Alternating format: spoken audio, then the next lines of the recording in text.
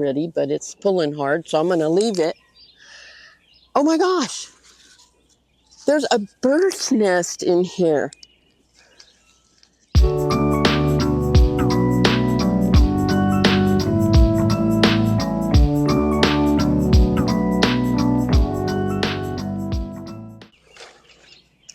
Welcome to BB's Garden Spring 2025 Harvest Edition.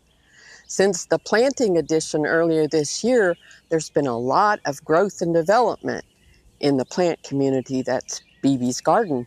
So come on and I'll show you what's happened. First though, we had a rain this morning. Got the trusty rain gauge here showing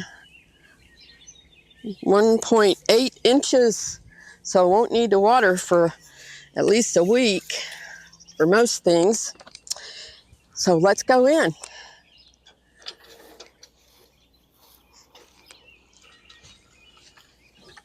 I'm going to let my friend pull the wagon here while I show you. We've got some yellow squash. This squash row has just abounded, as you can see. The yellow are my favorites, so I plant a bunch of them.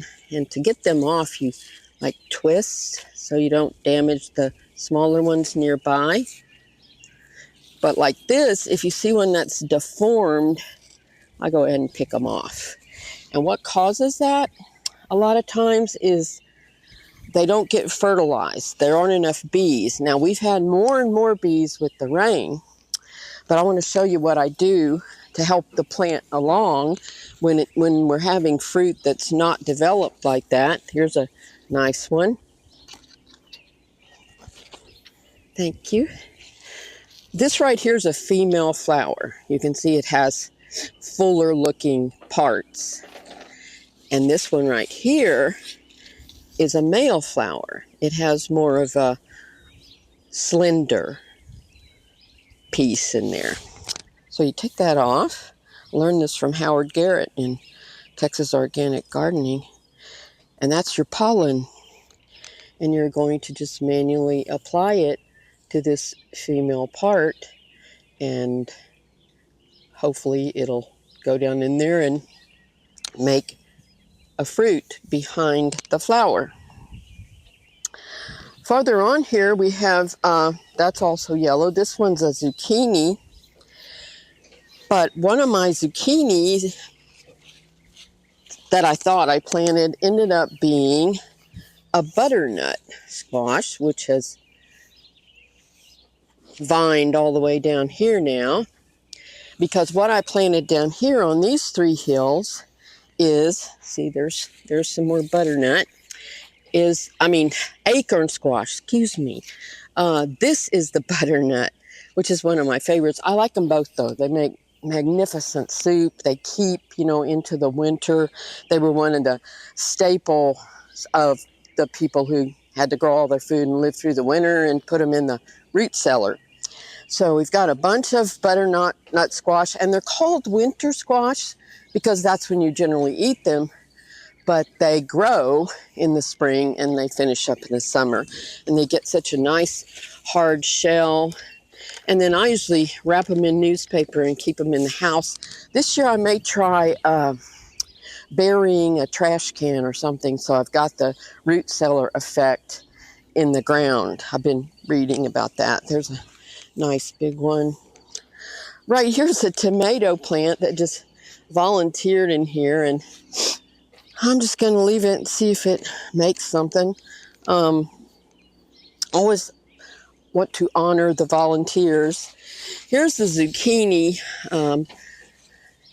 They're just so hard to find in here that they tend to get away from me and get too big. But then I still make a dish called calabacitas with it that is quite delicious. So that is it for the squash. You see we have, here's a damaged one. And anything that's got disease or damage on it, you want to take off and get out of the garden because it can infect other parts of the plant. Yeah, that one doesn't look too good either. Better to make those small sacrifices And here's a nice big one. So that looks like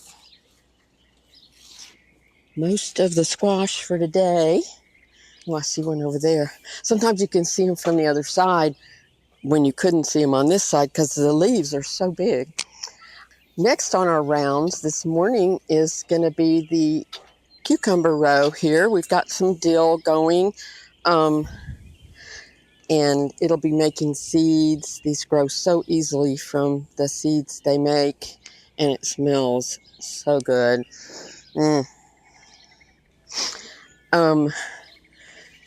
They're kind of dense, though, even though I planted them a foot apart. I always have this jungle to look through for the developing cucumbers. Every one of those blooms can make a cucumber if there are enough bees, and you can hear them. They're droning on. So we just have to look real carefully under all these big leaves, and sometimes they do get by me.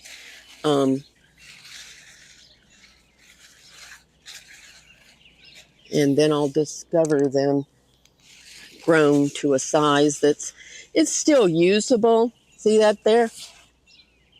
See that one?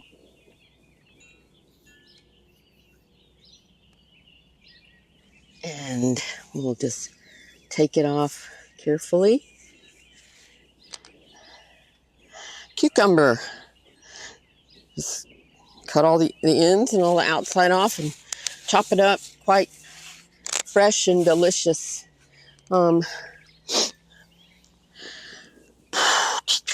Here we have some peppers that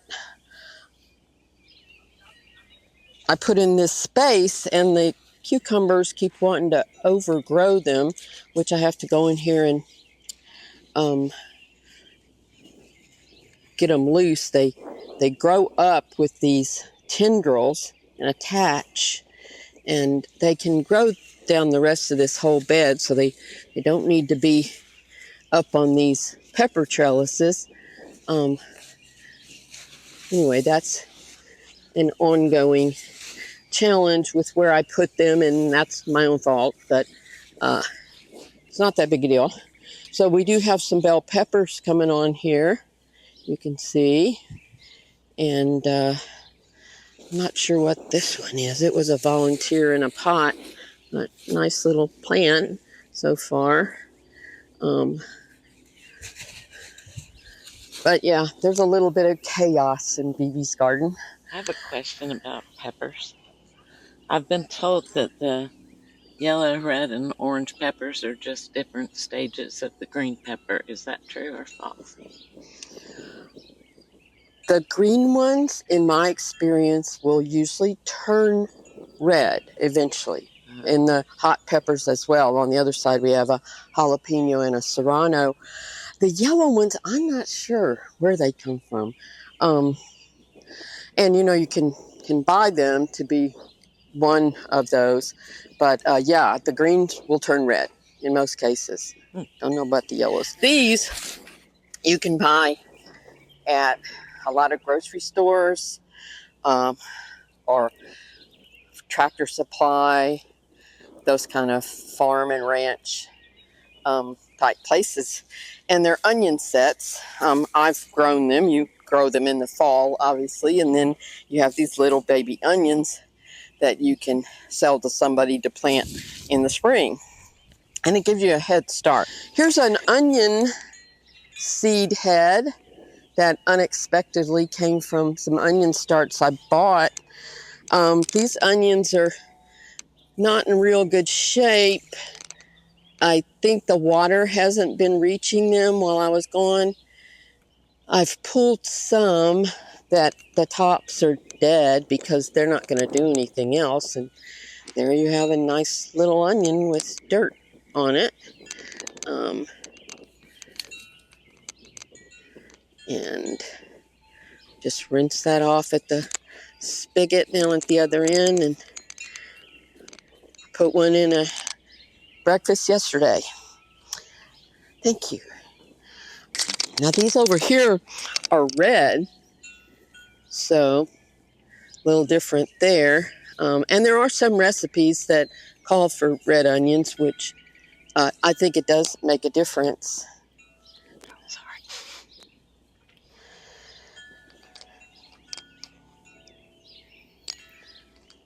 Now we're going to just walk up the other side of the cucumbers here, and we won't take the time right now. Oh, there's one, a big old fat one. Thank you. Oh, I didn't let you look. I want you to see this. You hear the bees? Look, there's one right there on a flower.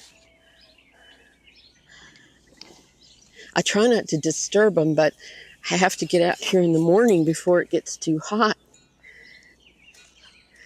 And that one's probably still usable. Thank you.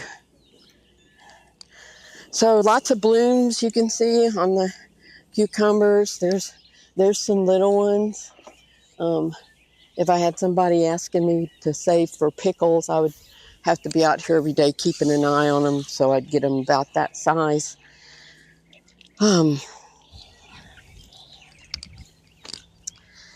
Over here in the trough bed, I want to show you what's happened with the salad greens.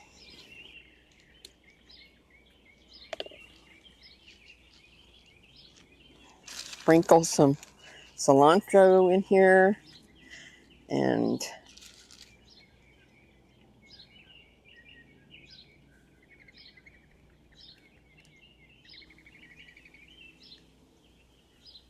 I'll come back and thin it, you know, um, once it's all coming up, because I do want them to have plenty of room to make a nice, tall, mature plant. But you want to plant your seeds about the depth of their diameter. And so you just want a light covering over them.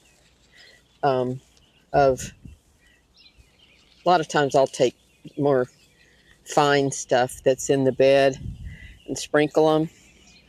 So this oak leaf lettuce, I just kind of let it go wild. And now it's too bitter to eat because it's all making seeds. As you can see here, these seed heads. So that's kind of the end of the crop, will be the seeds.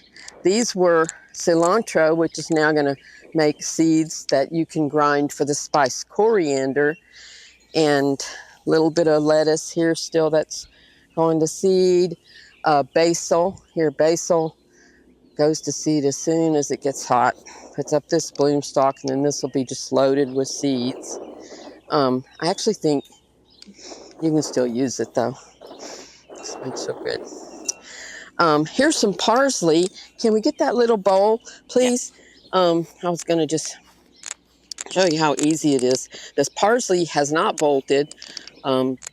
Some varieties are more heat tolerant than others, and I just pick off the branches, put it in a stainless bowl in the outside fridge, and it dehydrates, and then just pull it off the little branches into a baggie, and you have parsley flakes. So grow your own parsley. Just would take a little pot. Oh, thank you. Here we have medicinal herbs, and I'm trying to get established. In the back is echinacea, which is the tincture is good immune stimulant for any kind of infection or um, digestive system malady, like a bug. And I've used it for 40 to 50 years for everything. So you have to leave it in the ground 3 to 4 years before you can harvest the roots, though, and make the tincture. And then it keeps forever.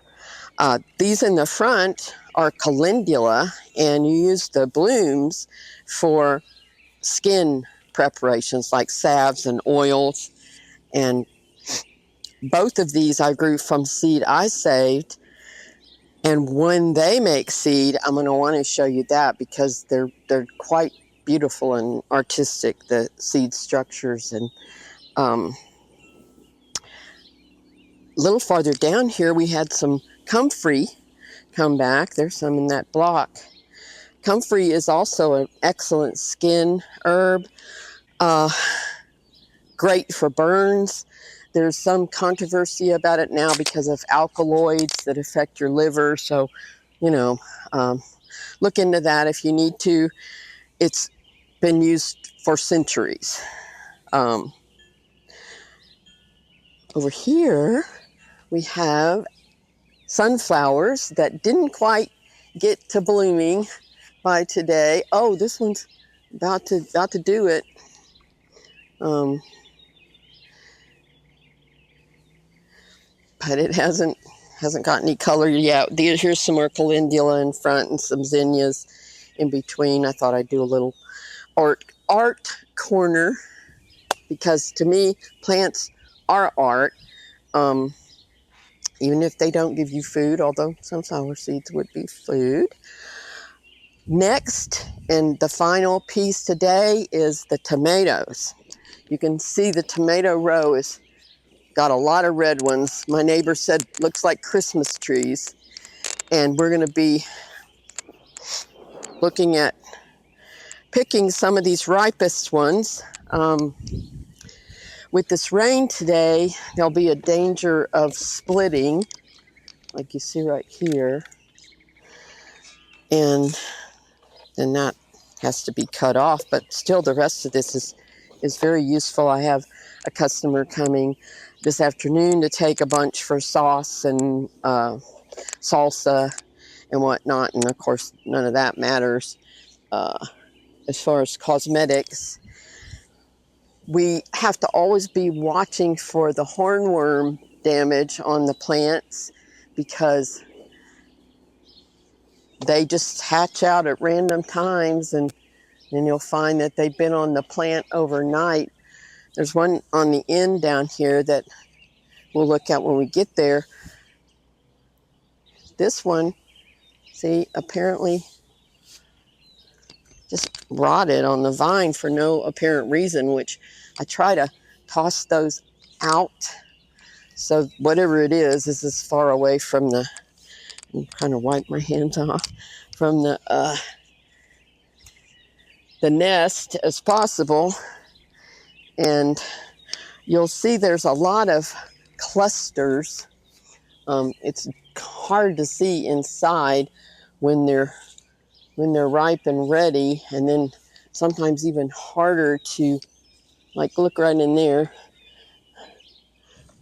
to get to them and get them out without damaging them. Yeah, you see how they all grow so close together. But that's part of the art of the harvest, is just being able to take off the one you want. Like here, I'm going to get this one. You see?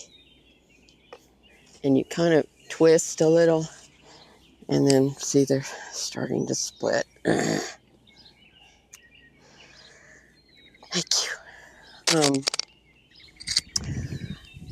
So the tomatoes will continue for possibly 6 more weeks. They'll start to not look so good, but what's on here will go ahead and ripen. We may have some losses. Like, look at this. That whole cluster right there looks like it's ready.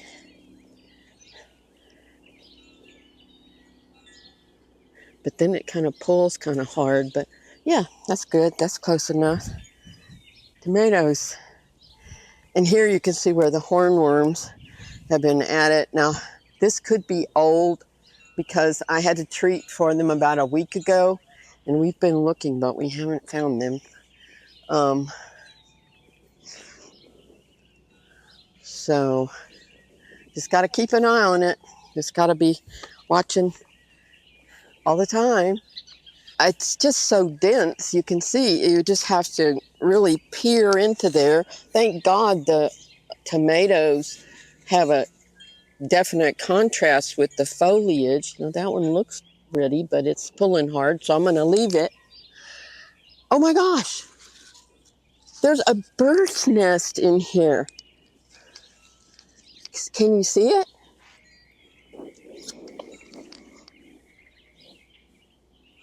Are there any eggs?